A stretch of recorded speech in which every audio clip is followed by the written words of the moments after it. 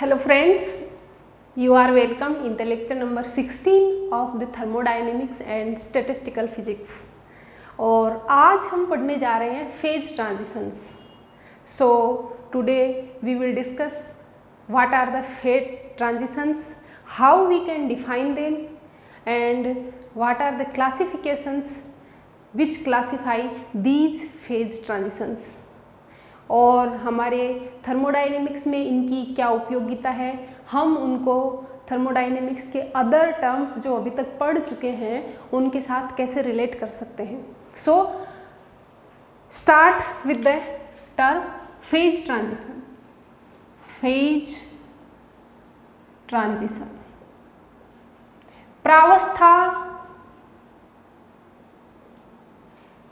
संक्रमण, हिंदी में इसको बोलते हैं प्रावस्था संक्रमण.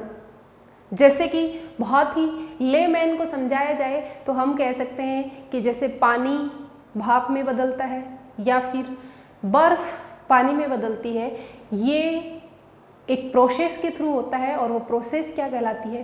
Phase transition. It means water itself is A phase and vapour itself is A phase. और वाटर का वेपर में बदलना फेज ट्रांजिशन एक प्रोसेस है. सो हम इसको कैसे डिफाइन करेंगे? The process in which one thermodynamic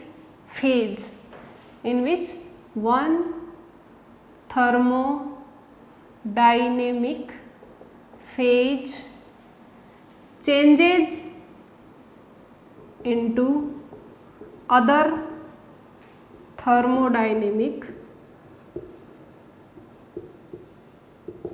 phase. वह प्रोसेस जिसके थ्रू एक थर्मोडायनेमिक फेज दूसरी थर्मोडायनेमिक फेज में बदलती है. और एग्जाम्पल के रूप में हम क्या लिख सकते हैं? एग्जाम्पल के रूप में लिख सकते हैं वाटर टू वेपर. और जब वाटर टू वेपर ट्रांजिशन होता है तो हम क्या करते हैं कि जैसे एक कंटेनर है या केटल है जिसमें वाटर रखा हुआ है और ये कोल्ड वाटर है. ये क्या है? This is the cold water. और हम इसको हीट देकर गर्म करने की कोशिश कर रहे हैं. तो क्या होगा? पहले पानी गर्म होगा, पानी गर्म होकर पानी का टेम्परेचर बढ़ेगा. पानी का टेम्परेचर बढ़ते बढ़ते जब 100 डिग्री सेंटीग्रेड पहुंच जाता है, पानी का टेम्परेचर बढ़ने के बाद progressively increasing its temperature and when the temperature of the water reaches 100 degree centigrade, then तब क्या होता है? इस वाटर में थोड़ी देर के लिए फ्यूम नीचे से जल रही है और टेम्परेचर अब नहीं बढ़ रहा है. हीट हम दे रहे हैं वाटर को, लेकिन for a little bit time temperature क्या है? कांस्टेंट है. हीट जो दे रही है वो टेम्परेचर नहीं बढ़ा रही है. इसका मतलब जो हीट हमने दी है वो क्या है? Latent heat. ये हम पहले भी बात कर चुके हैं. क्या है? Latent heat. और अगर इसको L से लिखते हैं so that would be delta Q reversible, और इसको हम लिख सकते हैं T(S2 - S1) where T is the boiling point and S2 is the entropy of vapor here and S1 is the entropy of water. So इसका मतलब जो heat हम 100 डिग्री सेंटीग्रेड पर वो वाटर को वेपर में बदलने के लिए दे रहे हैं वो लेटेंट हीट के रूप में स्टोर हो रही है और फेज ट्रांजिशन करने के काम आ रही है. इसका मतलब 100 डिग्री सेंटीग्रेड पर जो वाटर है और उस केटल में अगर हम ध्यान से देखें तो कुछ बबल्स बनने स्टार्ट हो जाते हैं. 100 डिग्री सेंटीग्रेड पर there starts rising the bubbles of vapour और continuously noise increases in the kettle. और उन बबल्स की वजह से केटल के अंदर नॉइज बढ़ता है. तो हम जब पानी उबालते हैं तो हमें हुडुडुडु ऐसी आवाज़ें सुनाई देती हैं. इसका मतलब है कि हमारी जो एक फेज थी लिक्विड फेज वाटर, वो किस में बदल रही है, दूसरी फेज गैस में बदल रही है। और यहाँ पर यह एक्सपेरिमेंट हम एटमॉस्फेयर में कर रहे हैं। इट मीन्स यहाँ पे जो प्रेशर है वो क्या है, एटमॉस्फेरिक प्रेशर। और टेम्परेचर हम कह रहे हैं कि बढ़ नहीं रहा है, इसका मतलब टेम्परेचर कांस्टेंट है। और एटमॉस्फेरिक प्रेशर भी एक एल्टीट्यूड पे फिक्स होता है, ये हम पहले ही बात कर चुके हैं। इसका मतलब यहाँ पे प्रेशर भी क्या है, कांस्टेंट है।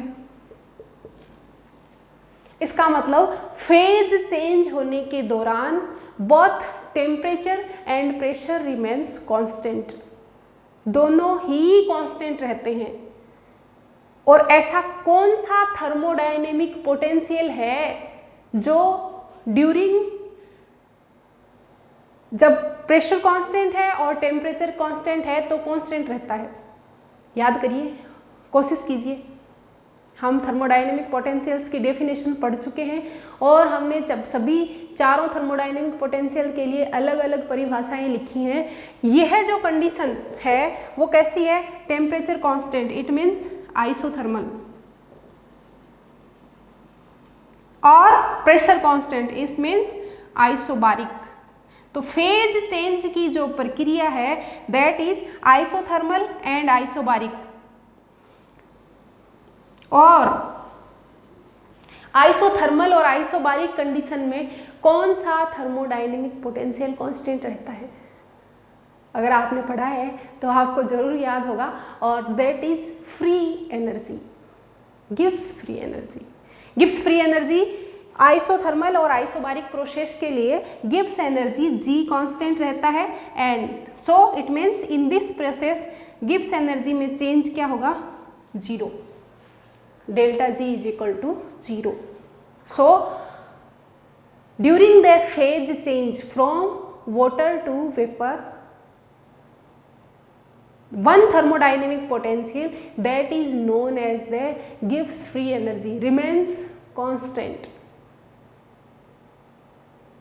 or we can say phase change occurs at the condition when temperature is constant or pressure is temperature is constant and pressure is constant. So for phase transition or to change a phase to the another phase we need isothermal isobaric conditions। और ये हमें याद रखना है, हमेशा हमारे लिए बहुत ही यूजफुल है। So here we can write down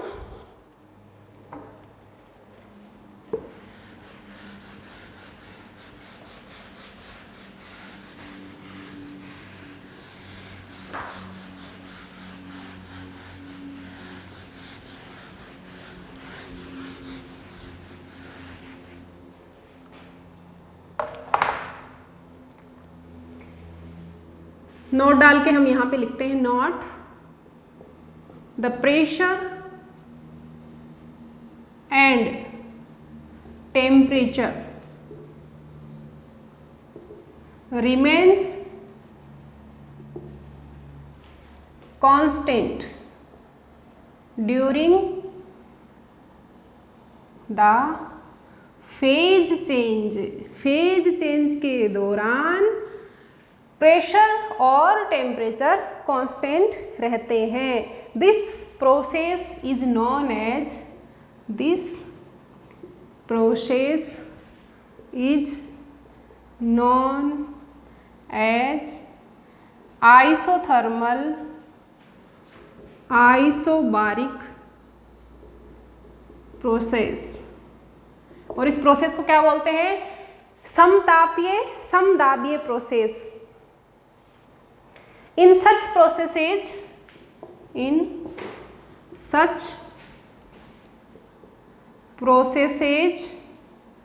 Gibbs free energy, जो अपना फोर्थ थर्मोडायनेमिक पोटेंशियल्स था, Gibbs free energy remains constant। Gibbs free energy क्या रहता है, कांस्टेंट रहता है। It means G is constant, it means G में जो चेंज होगा variation that will be 0।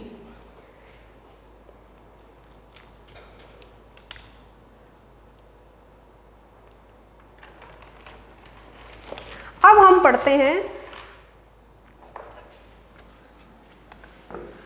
Classification of phase transition. Phase transition को क्लासिफाई कैसे करते हैं? First of all phase transition को क्लासिफाई किया एक साइंटिस्ट ने जिनका नाम है Paul Ehrenfest.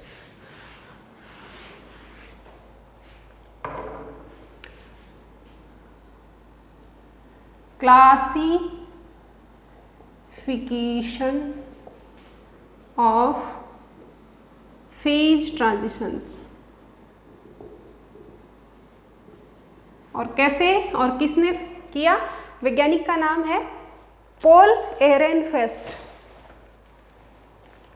Paul Ehrenfest, scientist, SCIENEIST, क्या नाम है? Paul Ehrenfest. इन्होंने सबसे पहले फेज ट्रांजिशन को क्लासिफाई किया और इन्होंने फेज ट्रांजिशन को दो भागों में बांटा। First was first order phase transition, first order phase transition, and second was second order phase transition. Second order phase transition. So शुरुआत करते हैं। What is the first order phase transition? First order phase transition. देखिए, first order phase transition को Ehrenfest ने किस प्रकार समझाने की कोशिश की? सबसे पहले फेज ट्रांजिशन फर्स्ट ऑर्डर और सेकंड ऑर्डर को समझाने से पहले एहरेनफेस्ट ने कहा कि फेज ट्रांजिशन एक प्रोसेस है और इसके दौरान गिब्स फ्री एनर्जी कंटिन्यूअस रहती है। अब अगर गिब्स एनर्जी के अलग अलग पार्शियल डिफरेंशिएशंस देखें तो गिब्स एनर्जी के फर्स्ट ऑर्डर डिफरेंशिएशन से हम एंट्रोपी और वॉल्यूम निकाल सकते हैं। इसी प्रकार गिब्स फ्री एनर्जी के सेकेंड ऑर्डर डिफरेंशिएशन से हम हीट कैपेसिटी और कंप्रेसिबिलिटी निकाल सकते हैं। तो पॉल एहरेनफेस्ट ने कहा कि अगर किसी प्रोसेस के दौरान इस गिब्स फ्री एनर्जी का first order differentiation discontinuously change होता है तो वह process first order phase transition के अंडर आती है। और अगर किसी प्रोसेस में इस गिब्स फ्री एनर्जी का second order differentiation discontinuously change होता है देन वो process second order phase transition के अंडर आती है। So simply here we can write, चलिए, पॉल के फर्स्ट और सेकेंड ऑर्डर फेज ट्रांजिशन को डिफाइन करने के पीछे पॉल ने ऑर्डर को कैसे डिफाइन किया? ऑर्डर को डिफाइन करते टाइम पॉल एंड एहरेनफेस्ट ने कहा कि order of a phase transition is the order of the lowest differential of G which shows a discontinuity at TC, जो क्रिटिकल टेम्परेचर, और क्रिटिकल टेम्परेचर यहाँ पे क्या है, जैसे वाटर से वेपर में चेंज होता है या आइस से वाटर में चेंज होता है, वो क्या है, क्रिटिकल टेम्परेचर है। इसका मतलब है कि जैसे मान लो कि हम वाटर को वेपर में बदल रहे हैं और वाटर को वेपर में बदलते टाइम क्रिटिकल टेम्परेचर पे हमने जी के जितने भी डिफरेंशियल हैं, जैसे फर्स्ट ऑर्डर डिफरेंशियल क्या है कि जी को टेम्परेचर के साथ फर्स्ट डिफरेंशियल करते हैं तो एंट्रोपी मिल जाती है, जी को पी के साथ फर्स्ट ऑर्डर डिफरेंशियल करते हैं तो वॉल्यूम मिल जाता है। तो जी के फर्स्ट ऑर्डर डिफरेंशियल देख लिए, जी के सेकंड ऑर्डर डिफरेंशियल देख लिए, उनको टेम्परेचर के साथ प्लॉट किया,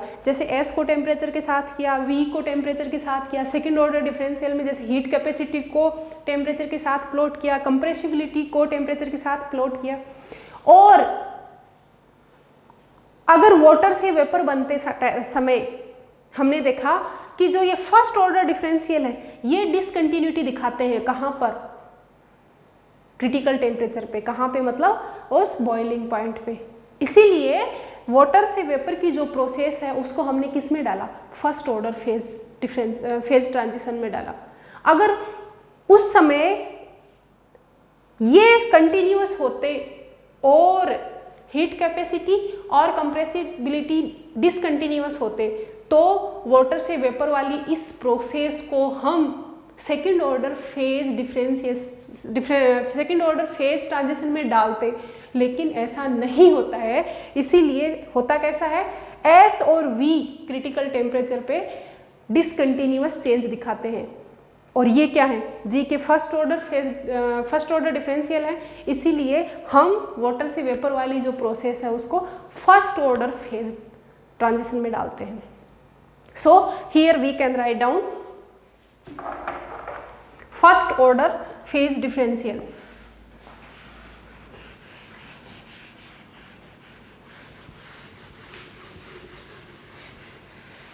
कैसे लिखेंगे डेफिनेशन, थोड़ा डेफिनेशन लिख लेते हैं यहाँ पे। So the change of phase which take place at the change of phase which takes place at, कहाँ पे टेक्स प्लेस करता है, at constant temperature and constant pressure, constant temperature and constant pressure. Constant temperature और constant pressure पे occur होता है, and in which heat is either, या तो हीट एब्जॉर्ब होती है या हीट और इवॉल्व ड्यूरिंग द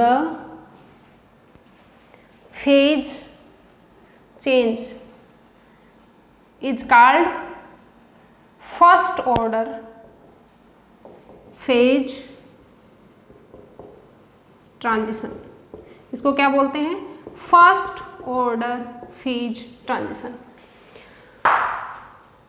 इसके नीचे नोट डाल के हम लिख सकते हैं, नोट डाल के लिखते हैं इसके नीचे, not in first order phase transition, not in first order phase transition entropy and volume. Experimentally क्या देखा गया कि फर्स्ट ऑर्डर फेज ट्रांजिशन में एंट्रोपी और वॉल्यूम क्रिटिकल टेम्परेचर पे क्या करते हैं, डिसकंटिन्यूअसली चेंज होते हैं, चेंज। एंट्रोपी और वॉल्यूम दोनों ही फर्स्ट ऑर्डर फेज ट्रांजिशन में बदलते हैं।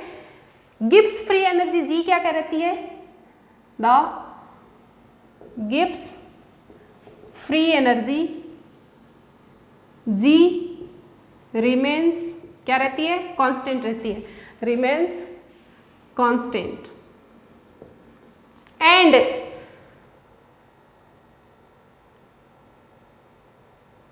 इट्स डेरिवेटिव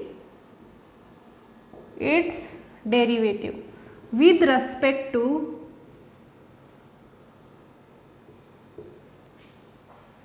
g का किसके रेस्पेक्ट में डेरिवेशन करें कि अपने को एंट्रोपी मिले, टेम्परेचर के रेस्पेक्ट में, its derivative with respect to temperature, और किसके रेस्पेक्ट में डेरिवेशन करें कि हमें वॉल्यूम मिले, प्रेशर के रेस्पेक्ट में, with respect to temperature and pressure is discontinuous at critical temperature। इसका मतलब एंट्रोपी और वॉल्यूम G का टेम्परेचर के रेस्पेक्ट में डिफरेंशियल क्या है, एंट्रोपी, और G का प्रेशर के रेस्पेक्ट में डिफरेंशियल क्या है, वॉल्यूम। इसका मतलब एंट्रोपी और volume changes discontinuously at critical temperature, और यहाँ पे हम कह सकते हैं इसको it is more better to say transition temperature. Transition temperature, transition temperature water से वेपर में जाते समय वो बॉइलिंग पॉइंट है, एंड आइस से वाटर में आते समय वो क्या है, मेल्टिंग पॉइंट है। So this is all about the first order phase transition. These are the examples of first order phase transition, solid to liquid, जिसका एक रियल एग्जाम्पल हम ले सकते हैं आइस टू वाटर, दूसरा है लिक्विड टू वेपर जिसके लिए हम ले सकते हैं वाटर टू वेपर, और तीसरा है सॉलिड टू वेपर जिसके लिए हम ले सकते हैं ice to vapour, ice to vapour. अब है सेकेंड ऑर्डर फेज ट्रांजिशन, और सेकेंड ऑर्डर फेज ट्रांजिशन में कोई भी लेटेंट हीट शामिल नहीं होती है। फर्स्ट ऑर्डर फेज ट्रांजिशन को किसके द्वारा कैटेगराइज किया गया है, लेटेंट हीट के द्वारा। Second order phase transition is does not contain latent heat. दूसरा, सेकेंड ऑर्डर फेज ट्रांजिशन में एंट्रोपी और वॉल्यूम डिसकंटिन्यूअसली चेंज नहीं होते हैं, कहाँ पर, ट्रांजिशन टेम्परेचर पे। सेकेंड ऑर्डर फेज ट्रांजिशन में जब एक्सपेरिमेंट करके देखे गए तो हीट कैपेसिटी और कंप्रेसिबिलिटी डिसकंटिन्यूअसली चेंज होती है ट्रांजिशन टेम्परेचर पे, और हीट कैपेसिटी और कंप्रेसिबिलिटी दोनों ही गिब्स फ्री एनर्जी का सेकेंड ऑर्डर डिफरेंशियल है। इसलिए इस प्रकार की प्रोसेसेज जहां पर हीट कैपेसिटी और कंप्रेसिबिलिटी ट्रांजिशन टेम्परेचर पर डिसकंटिन्यूअसली चेंज होती हैं, वो सारी प्रोसेस किसके अंडर डाल दी गई, सेकेंड ऑर्डर फेज ट्रांजिशन के under. So here we can write down the second order phase transition. Second order phase transition can be defined as the this can be defined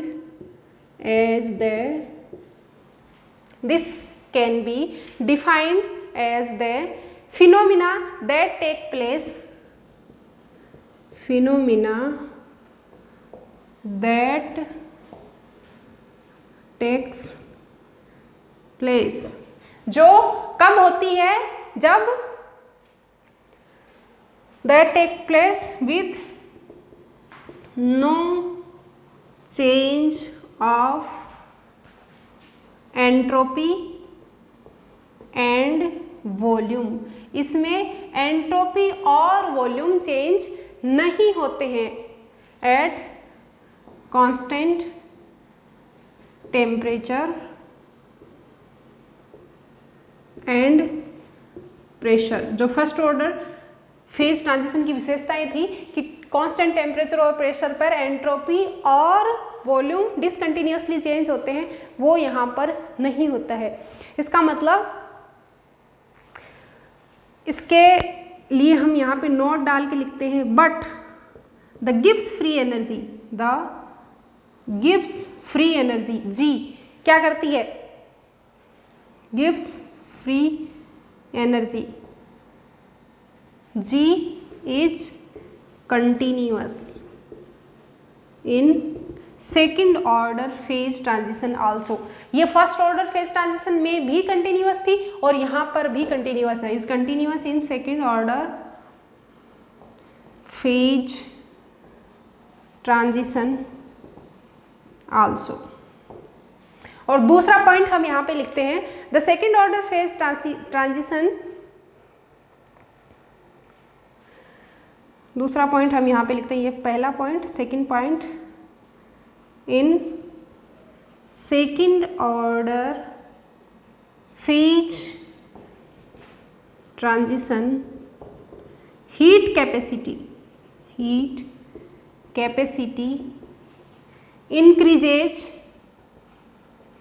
increases after transition के बाद heat capacity क्या होती है, increase होती है। और heat capacity को हम कैसे लिखते हैं, अगर कांस्टेंट वॉल्यूम पे लिखना चाहें तो del Q upon del T at V, और क्यू को क्या लिख सकते हैं, टी डी एस। सो हम यहाँ पे इसको लिख रहे हैं T delta S upon delta T V. और एंट्रोपी हम जानते हैं, एंट्रोपी गिब्स एनर्जी की टर्म्स में कैसे लिखी हुई थी, minus S D T plus VdP। इसका मतलब एंट्रोपी को हमने कैसे लिखा था, entropy is equal to minus del G upon del T at constant pressure. So अगर एंट्रोपी यहाँ पे रखते हैं then T del by del T और S को क्या रखना है, del G upon del T minus बाहर constant P is equal to minus T del square G upon del T square at constant P। इसका मतलब हम यहाँ पे देख सकते हैं हीट कैपेसिटी, हीट कैपेसिटी क्या है, गिब्स फ्री एनर्जी का सेकंड ऑर्डर डिफरेंशियल है। और ये जिस प्रोसेस के दौरान ट्रांजिशन टेम्परेचर पे डिसकंटिन्यूअसली चेंज होता है वो सभी प्रोसेसेस किसके अंडर आती है, सेकंड ऑर्डर फेज ट्रांजिशन के अंडर आती हैं। इसके एग्जाम्पल हम यहाँ पे कुछ एग्जाम्पल लिख सकते हैं, सेकंड ऑर्डर फेज ट्रांजिशन के बहुत ही अच्छे एग्जाम्पल्स हैं। पहला है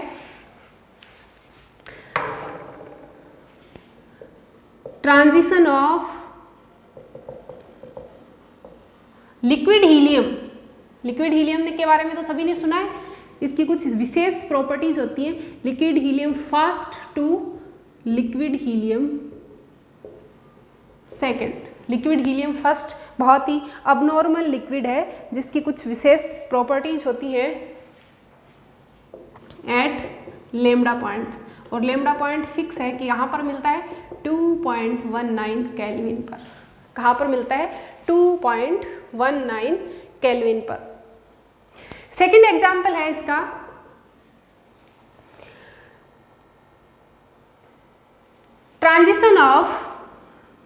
transition of ferromagnetic materials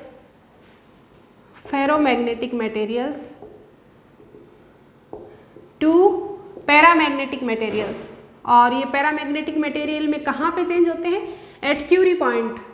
Curie का जो ग्राफ हम पढ़ चुके हैं या पढ़ते हैं क्यूरी पॉइंट, तो उसमें क्या होता है, मैग्नेटिक मटेरियल्स क्यूरी टेम्परेचर पर फेरोमैग्नेटिज्म से पैरामैग्नेटिज्म में ट्रांसफर हो जाते हैं। So this type of phase transition is also comes under the second order phase transition. Third example है transition of super conducting materials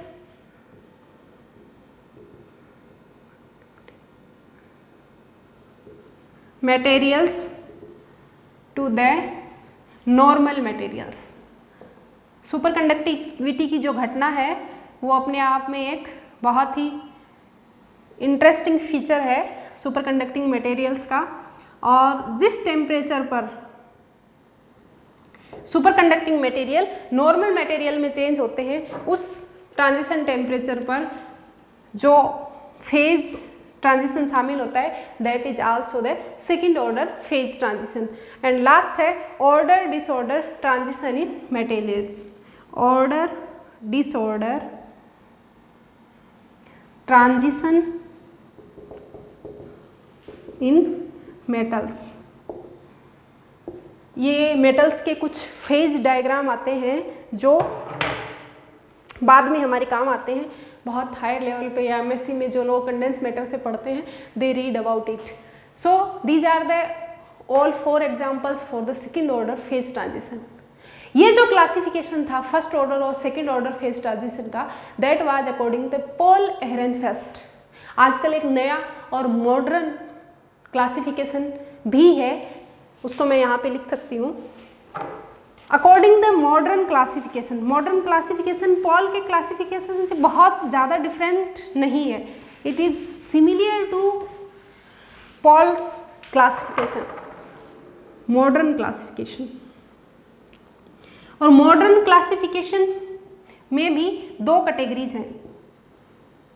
modern classification में भी 2 categories हैं। पहली कैटेगरी है first order phase transition, and this category is exactly same as it was in the Ehrenfest classification. Second category यहाँ पे कहलाती है continuous phase transition. Continuous phase transition और इस कैटेगरी में जो एहरेनफेस्ट का सेकेंड ऑर्डर फेज ट्रांजिशन था वह शामिल है। सेकेंड ऑर्डर फेज ट्रांजिशन जो एहरेनफेस्ट ने क्लासिफाई किया था। इसके अलावा इस कैटेगरी में एहरेनफेस्ट के सेकेंड ऑर्डर फेज ट्रांजिशन के अलावा third order, fourth, fifth and so on, ये सभी ऑर्डर फेज ट्रांजिशन भी इसमें शामिल हैं। इसीलिए इसको बोला जाता है continuous phase transition. First order phase transition के अलावा जितने भी फेज ट्रांजिशन है वो भले ही सेकेंड ऑर्डर के हों, थर्ड, फोर्थ, किसी भी ऑर्डर के हों, वो सभी मॉडर्न अप्रोच के अनुसार किस कैटेगरी में आते हैं? Continuous phase transition. So these are the two classifications. First was according to Paul Ehrenfest and second is called the modern approach. So that's all about the phase transitions. Now you are able to attempt the questions of the NET and JAM both. NET JAM में बहुत हल्के या बहुत आसान से question पूछे जाते हैं। हो सकता है नेट में कुछ न्यूमेरिकल टाइप के क्वेश्चंस भी पूछे जाएं। सो यू कैन अटेम्प्ट अगर आपने ये सब समझ लिया है। आज के लिए इतना ही, धन्यवाद।